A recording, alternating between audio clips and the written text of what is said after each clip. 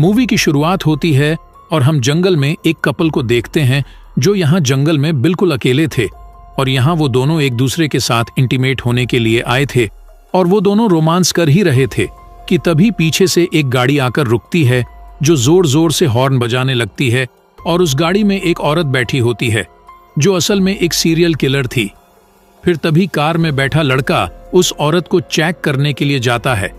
तब वो औरत उस लड़के के ऊपर चाकू से कई बार हमला करने लगती है और उस लड़के को बेरहमी से मार डालती है, जिसके बाद वो औरत उस लड़के की गर्लफ्रेंड के साथ भी यही करती है और उसे भी जान से मार डालती है। फिर तभी सीन चेंज होता है और हम एक दूसरे कपल को देखते हैं जिसमें लड़की का नाम जुड़ी था और लड़के का नाम केनी था। अब वो दोनों आपस में बात कर ही रहे थे कि तभी वहां पर जुड़ी की माँ आ जाती है और वह जुड़ी से कहती है कि अब तुम मेरे साथ घर चलो, जिससे केनी नाराज हो जाता है। इसीलिए वो जुड़ी से अब फ्रेंडशिप भी तोड़ देता है। उसके बाद जुड़ी जब अपने घर पहुंचती है तब उसके पिता उसे लेट आने के लिए काफी डांटते हैं और जुड़ी के पिता एक पुलिस ऑफिसर थे जिनका नाम ब्रेंट होता है। फिर उसके बाद रात होती है और सभी लोग सो रहे होते हैं। तभी जुड़ी के पिता ब्रेंट को एक कॉल आती है और उन्हें बताया जाता है कि उन लोगों को जंगल में 2 डेड बॉडीज मिली है।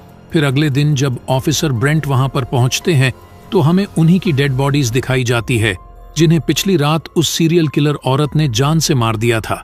उसके बाद हमें कॉलेज का सीन दिखाया जाता है जहां पर सभी स्टूडेंट्स काफी दुखी नजर आ रहे थे क्योंकि उनके ही कॉलेज के 2 स्टूडेंट्स को किसी ने बड़े ही बेरहमी से मार दिया था। इसी दौरान ऑफिसर ब्रेंट इसी कॉलेज में पहुंचता है और यहाँ के प्रिंसिपल से मिलता है। तभी हमें पता चलता है कि ऑफिसर ब्रेंट और ये प्रिंसिपल बचपन के ही दोस्त थे। तभी ब्रेंट उससे कहता है कि मुझे तुम्हारे कॉलेज के सभी स्टूडेंट्स से बात करनी है।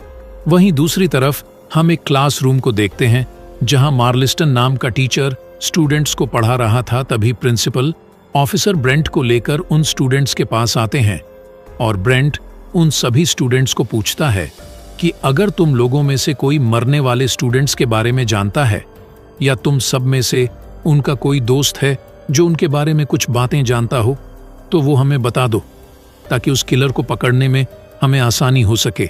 लेकिन उन दोनों के मर्डर के बारे में यहाँ कोई भी कुछ नहीं जानता था। अब उसके बाद हमें उसी किलर को दिखाया जाता है जो अगले शिकार के लिए अपने हथियार को तेज कर रही थी।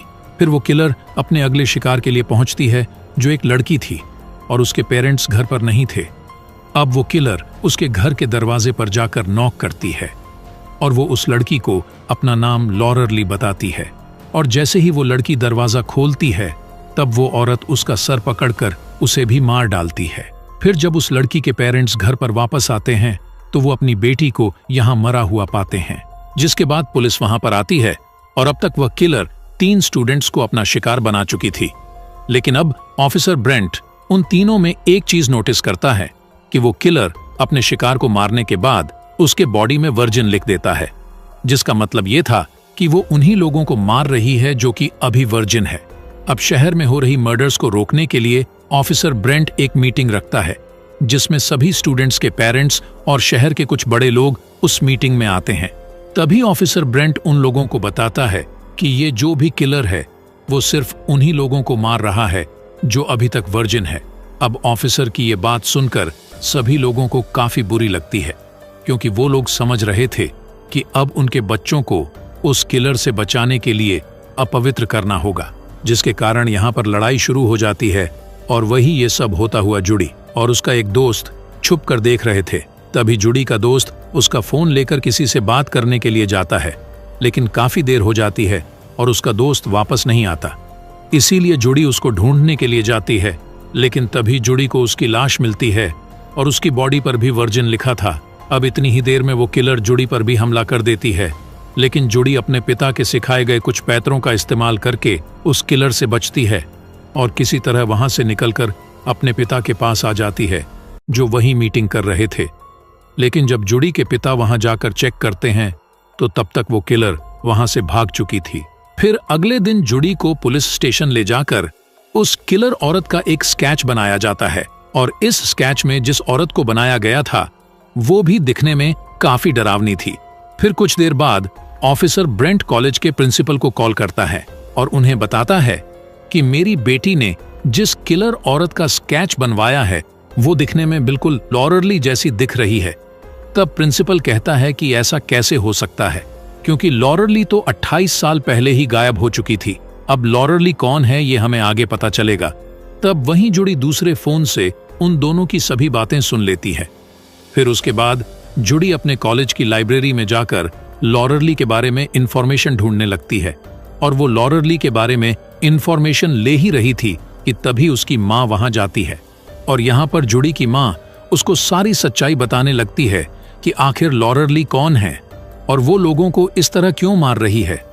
फिर वो बताना शुरू करती है कि आज से 28 साल पहले जंगल में एक लड़की की गाड़ी खराब हो गई थी, और इस बात का फायदा उठाकर कॉलेज के 4 लड़कों ने मिलकर नशे के हालत में उस लड़की का रेप किया था, और ऐसा करने के बाद वो लड़के उस लड़की को वहीं तड़पता हुआ छोड़कर वहां से चले गए थे। उसके बाद जब लॉररली ने उनकी कंप्लेन की तो उसकी बात को सुना ही नहीं गया, क्योंकि लॉररली का इस दुनिया में कोई भी नहीं था और उसका सिर्फ एक लौटा बेटा था, और लॉररली का किसी ने भी साथ नहीं दिया था। इसीलिए वह इस जगह को छोड़कर चली गई थी। और आज 28 साल बीत गए हैं, लेकिन कुछ भी पता नहीं चला है कि वह कहाँ चली गई थी। पर अब मुझे लगता है कि वह शायद अपना बदला लेने के लिए वापस आ गई है, और इसीलिए वो सब लोगों को मार रही है। तब जुड़ी उनसे पूछती है कि वह चारों आखिर थे कौन, जिस पर उसकी माँ बताती है कि उसमें से 2 लड़के तो तभी स्कूल छोड़कर चले गए थे, और बाकी के 2 लड़के कोई और नहीं बल्कि एक तुम्हारा पिता था और दूसरा कॉलेज का प्रिंसिपल था। अब ये सुनकर जुड़ी को अपने पिता पर काफी गुस्सा आता है और वह काफी परेशान भी हो जाती है। इसलिए वो अपने बॉयफ्रेंड केनी के पास जाती है, लेकिन कुछ देर बाद जुड़ी वहां से भी चली जाती है। और वहीं दूसरी तरफ हम ब्रेंट को देखते हैं, जिसे पूरी तरह से विश्वास हो चुका था कि ये सारे मर्डर लॉररली ही कर रही हैं। इसीलिए अब वो लॉररली के घर जाता है, जहां वो 28 साल पहले रहा करती थी। लेकिन ब्रेंट को वहां पर कुछ भी नहीं मिलता, इसीलिए वह वहां से वापस जाने लगता है। और तभी ब्रेंट को प्रिंसिपल का कॉल आता है कि मुझे तुमसे रात को मिलना है। फिर उसके बाद रात को जब ब्रेंट प्रिंसिपल से मिलने कॉलेज जाता है तो यहाँ पर उसको प्रिंसिपल की लाश मिलती है, और इसी दौरान पीछे से कोई ऑफिसर ब्रेंट को भी मारकर बेहोश कर देता है। फिर उसके बाद हम देखते हैं कि स्टूडेंट्स की एक पार्टी चल रही थी, जहां पर पुलिस भी पहरा दे रहे थे ताकि यहाँ पर वह किलर आए तो वो उसे पकड़ सके। और अब उस पार्टी में जुड़ी का बॉयफ्रेंड भी होता है, लेकिन वह जुड़ी को यहाँ ना पाकर उसको ढूंढने के लिए चला जाता है। वहीं दूसरी तरफ जुड़ी प्रोफेसर मार्लिस्टन के साथ होती है, क्योंकि जुड़ी का उनसे रिश्ता काफी अच्छा था। अब यहाँ पर मार्लिस्टन एक बड़े बक्से को अपने घर के अंदर ले जा रहा था और जुड़ी उसको उठाने में उनकी मदद कर रही थी।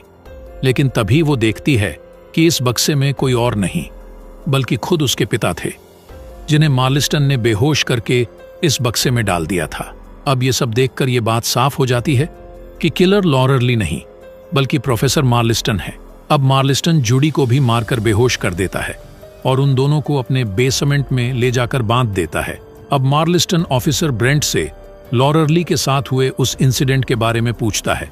तभी ऑफिसर ब्रेंट अपने गुनाहों को कबूल करता है और मार्लिस्टन से पूछता है कि तुम असल में कौन हो, जिस पर मार्लिस्टन बताता है कि मैं उसी लॉररली का बेटा हूं जिसका तुमने 28 साल पहले रेप किया था।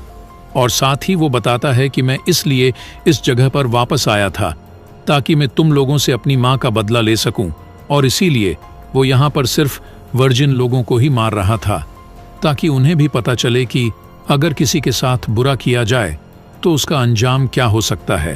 अब वो ये सब बता ही रहा होता है कि तभी जुड़ी का बॉयफ्रेंड उसको ढूंढते हुए वहां पर आ जाता है।